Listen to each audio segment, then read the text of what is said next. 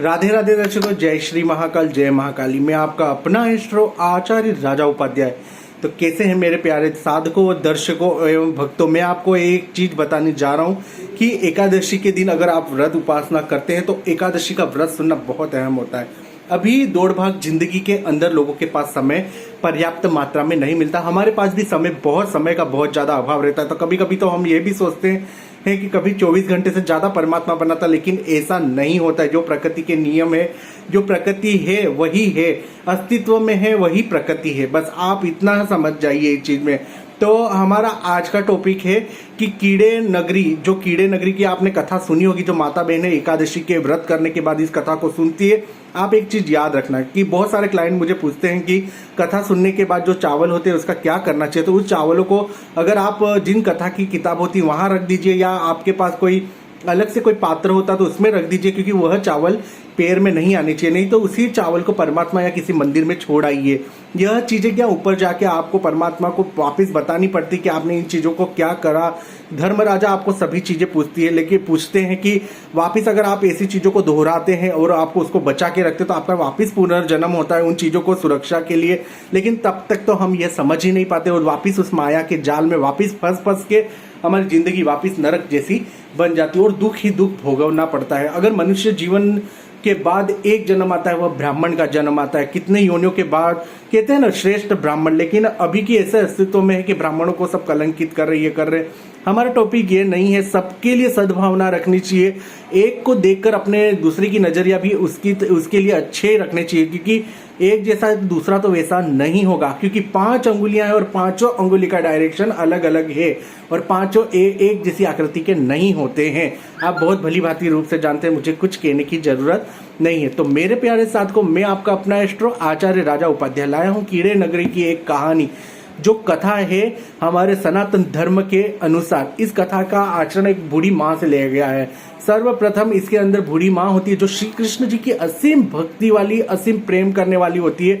वह रेगुलर रोजाना श्री कृष्ण जी की सेवा करती है, लेकिन वह कभी भी अपने स्थानिक देव यानी जहाँ मंदिर होता है, गांव का जो स्थानिक देवों का मंदिर होता है, वो वहां नहीं जा पाती थी।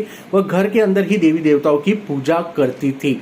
एक दिन उसके पुत्र ने पूछा, उसके 2 पुत्र थे, बूढ़ी मैया के 2 पुत्र थे। दोनों पुत्रों में से सबसे बड़े वाले बेटे ने पूछा कि मैया माँ, तू रोज घर के अंदर पूजा करती, कभी तो मंदिर जाया कर गांव के। तो उसने एक दिन निर्णय किया कि एक दिन मैं जरूर मंदिर जाऊंगी। और एक दिन के बात करी तो उसके पुत्र ने कहा कि आज तो मैंने देखा कि मंदिर के अंदर भागवत चल रही थी, तो उसकी उत्कर्षता और बढ़ी, उसकी इच्छाएं और बनने लगी कि मुझे अब मंदिर अवश्य ही जाना चाहिए। क्योंकि भागवत का रस जो होता है वह हमारे पितरों का, जितने भी घर में पितृ दोष होते हैं उसके सब शांति हो जाती है। और हमें अच्छा पितरों के लिए मोक्ष का एकमात्र रास्ता है, वही है श्रीमद् भागवत गीता।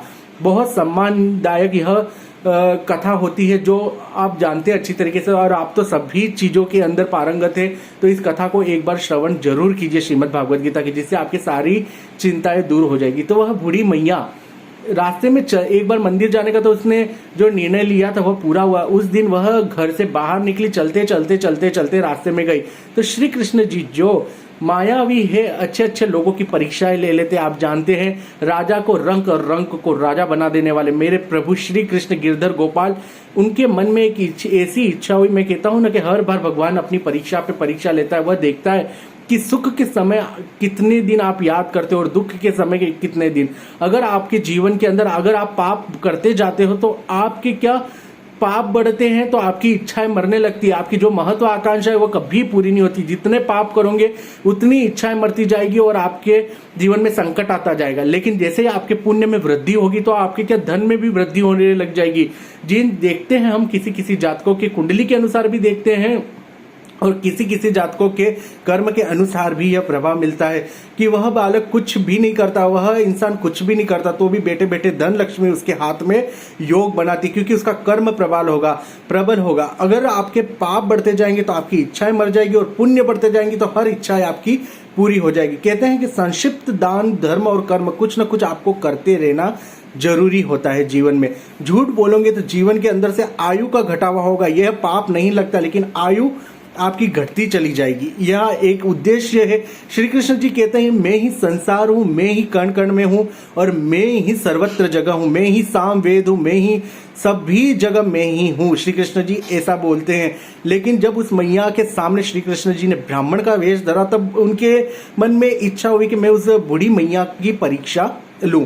तब उन्होंने कहा कि हे बूढ़ी मैया तुम कहाँ जा रही हो?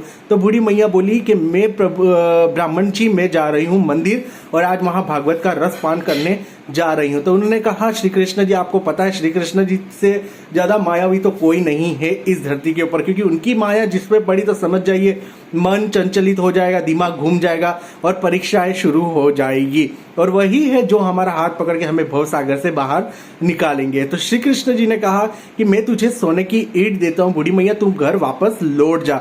देखो ऐसे माया के चक्कर में वो बूढ़ी मैया भी वहां से सोने की ईंट लेकर घर पहुंच गई। लेकिन बीच में चलते चलते बूढ़ी मैया बहुत होशियार थी कि बीच में चलते चलते उसने दिमाग में सोचा अगर मैं यह ईंट घर में ले जाती हूँ तो यह ईंट मेरे घर में मेरे बच्चों के बीच में कलेश उत्पन्न कर सकती है।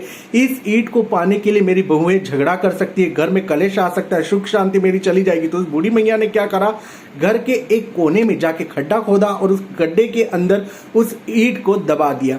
ईंट को दबाने के बाद उसका मन ऐसा विचलित हो गया कि वह ना खाना खा पा रही थी, ना चैन से सो पा रही थी, ना किसी से बात कर पा रही थी। तो सभी चिंतित हो गए कि माँ ऐसा क्यों कर रही है। तो फिर उसने जहां गड्ढे के अंदर सोने की ईंट दबाई तो उस ईंट के ऊपर जाके वह आसन लगा के बैठने लगी। तो उनकी बहुएं सोचती कि माँ रोजाना इधर आके क्यों बैठती है। उनकी सासू माँ जो थी तो वो रोजाना आके क्यों बैठती है। लेकिन इतना तो किसी ने विचारा नहीं होगा कि बहू और सास के अंदर रिश्ता कैसा होता है, वो आप अच्छी तरीके से जानते हैं। लेकिन कुछ कुछ सभी के लिए नहीं है। कुछ कुछ माँ और सास और बहू में तो माँ बेटी से भी अच्छा संबंध ज्यादा होता है। वो तब उनके बच्चों ने कहा कि माँ तू अगर घर में आ जाए तो उस जगह पे बैठना बंद कर दे। पर बूढ़ी माँ तस से मस होने वाली नहीं थी। लेकिन ऐसा समय आ गया कि बूढ़ी मैया की आयु पूरी हो गई। बीमारी के कारण यह आयु पूरी होते ही वह मृत्यु को प्राप्त हो गई। फिर मृत्यु को प्राप्त होने के बाद वह धर्मराजा से ऊपर उसकी आत्मा धर्मराजा से जाके मिली। धर्मराजा ने कहा कि तेरा समय समाप्त हुआ। तो उसको किस योनि में दिया? उसने कहा कि तेरे जीवन में तेने सबसे ज्यादा ईंट की सुरक्षा के लिए इधर उधर भटकी तो तुझे कुत्ती की योनि मिलेगी। तो उसे कुत्ती की योनि लेकर धरती पे भेजा। तो जैसे ही कुत्ती की योनि लेकर उसे धरती पे भेजा तो वो वापस आके उसके जहां ईंट छुपा के रखी थी तो वहां आके घूमने लगी। तब उसके बड़े लड़के ने कहा कि मेरी माँ भी इधर बैठती थी और ये कुत्ती भी इधर आती है, तो कभी ये कुत्ती किसी को काट ना खाए। तो एक ही डंडे के प्रहार ने उस कुत्ती के प्राण निकाल दिए और वापस वह उसके प्राण की आत्मा जो कुत्ती थी वह तो वैसे ही बूढ़ी मैया थी। तो वो वापस जाके धर्मराजा से पूछा कि मेरे साथ तो ये हुआ और मुझे वापस कहा। तो फिर वापस धर्मराजा ने उसे सर्पिनी की योनि दी। सर्पिनी की योनि दी तो वो वापस वहीं आई और उसी जगह पे जाकर डेरा डाल के बैठ गई। फिर उसकी बहू और बेटे ने कहा कि मैया बूढ़ी मैया भी वहां बैठती थी, कुत्ती भी वहीं बैठती थी और ये सर्पिनी भी वहीं बैठती। तो इस सर्पिनी को हटाना पड़ेगा, नहीं तो हमें कुछ काट खाएगी तो हमारे भी प्राण की आहुति देनी पड़ जाएगी। तो फिर उन्होंने क्या करा, उस सर्पिनी को डंडे से मार दिया। तो सर्पिनी वापिस धर्मराजा के पास गए। फिर उसने धर्मराजा ने उनको पूछा कि तुम तो वापिस इधर आ गई हो, तो अब तुम्हें कौन सी योनि चाहिए? तो धर्मराजा ने निश्चय किया इसे अब कीड़े मकोड़े की योनि दे। तो जिस जगह पर बहुत सारे कीड़े मकोड़े, जहां वहां उसने ईंट दबा रखी तो उसके चारों तरफ कीड़े मकोड़े इतने सारे हो गए कि जैसे उन्होंने कहा, धर्मराजा ने उनको तो वरदान दे दिया कि तुम जाके कीड़े मकोड़े की योनि में जाओगी। तो इतने सारे कीड़े मकोड़े हो गए कि चारों तरफ घर के कीड़े मकोड़े हो गए। उनकी बहू, उनके बच्चे सब परेशान होने लग गए। तो फिर वापिस उस दिन वह ब्राह्मण जो श्री कृष्ण जी थे उन्होंने जाकर देखा तो उनको बच्चों को कहा कि इस जगह पे ईंट दबी हुई है, उस ईंट को तुम निकालो और दो जने आपस में आधा आधा बांट दो। तो उन्होंने कहा अगर आप कह रहे हो, निर्णय कर रहे हो तो आप ही इसे तोड़ दो। तो फिर श्री कृष्ण प्रभु ने उसे दो टुकड़े में बांटा और कहा कि दोनों में से आधा आधा टुकड़ा जो ले रहे हो आप दोनों, तो उसमें से कुछ हिस्सा अपनी माँ जिनकी आत्मा भटक रही है उनके लिए आप यह दान करें। तब उन बच्चों ने कहा कि हम कर देंगे। फिर श्री कृष्ण जी चले गए। लेकिन फिर क्या हुआ, उन दोनों की सोने की ईंट के कारण घर में जैसे वो बूढ़ी मैया ने सोचा था वैसा ही शुरुआत तो हो गई कि झगड़ा क्लेश चालू हो गया। दोनों एक दूसरे से कंपटीशन मतलब प्रतिस्पर्धा रखने लग गए और एक दूसरे से परेशानी और कलेश होने लग गया। फिर वापस दूसरे तीसरे चौथे 5 दिन ऐसे बीत गए। तो फिर 5 दिन बाद श्री कृष्ण जी वापस ब्राह्मण रूप लेने आए थे और फिर कहा कि अगर अभी तक कुछ आपने अपनी माता के पीछे कुछ भी नहीं किया है तो मैं इसके एक एक हिस्सा और निकालता। तो दोनों ईंटों के एक एक हिस्सा और निकाला और कहा ये अपनी माता के पीछे तुम दान कर देना, और कुछ ना कुछ उनके पीछे दान करोगे या पूजा करवाओगे या कुछ ना कुछ करोगे तो गरीबों के दान करोगे तो कुछ ना कुछ धर्म आपकी माता को लगेगा और वो उनकी आत्मा को मोक्ष मिल जाएगा। तो थोड़े दिन बाद आपने देखा जिस तरह उन्होंने माता के लिए यह दान किया तो तुरंत ही उनकी आत्मा को शांति मिली।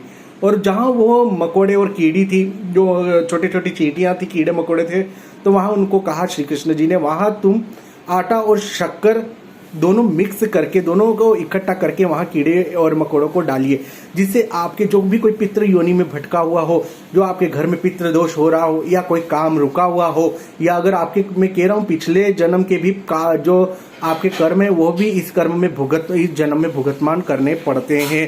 किसी के संतान नहीं हो रही है, किसी के विवाह बच्चों के नहीं हो रहे, कोई बच्चा कहना नहीं मानता, तो ये सब कर्म हमारे पिछले जन्म के भी हमें दोष जरूर देते। तो इस बूढ़ी मैया का इस तरह से उद्धार हुआ श्री कृष्ण प्रभु के माध्यम से। और कीड़ी मकोड़ी को, आप लोगों को भी कीड़े मकोड़ों को कुछ न कुछ आटा और शक्कर रोजाना देना चाहिए, जिससे आपके जो पितृ अगर मोक्ष के द्वार पे भी खड़े होंगे ना तो उनका मोक्ष हो जाएगा। और श्री कृष्ण प्रभु तो बेजुबान पक्षी, आप जानते हैं ना, श्री कृष्ण जी ग्वाले थे, उनको जीव जंतुओं से बहुत ज्यादा प्रेम था। वो बताते बेजुबान की इतनी सेवा करो क्योंकि वह सब उनके वाहन है और वह अच्छी तरीके से जानते हैं अगर उनकी सेवा करेंगे तो परमात्मा हम पे खुश होंगे। तो इसलिए तो कहते हैं ब्राह्मण लोग, गाय को रोटी खिलाओ, ब्राह्मणों की सेवा करो, गरीबों की सेवा करो, जो निर्धन है उनकी सेवा करो, जिन लोगों की सहायता नहीं हो पा रही, जिनके पास धन नहीं है उनके लिए धन की सेवा करो, जिन लोगों की मानसिकता अच्छी नहीं उनको शिक्षा दो अच्छी अच्छी, गलत राह पे नहीं। क्योंकि कुछ लोगों के मेरे क्लाइंट होते हैं, उनके भी ये बताते हैं एक दूसरे की चुगलियां कर करके घर में झगड़ा उत्पन्न हो जाता। तो ऐसी औरतों की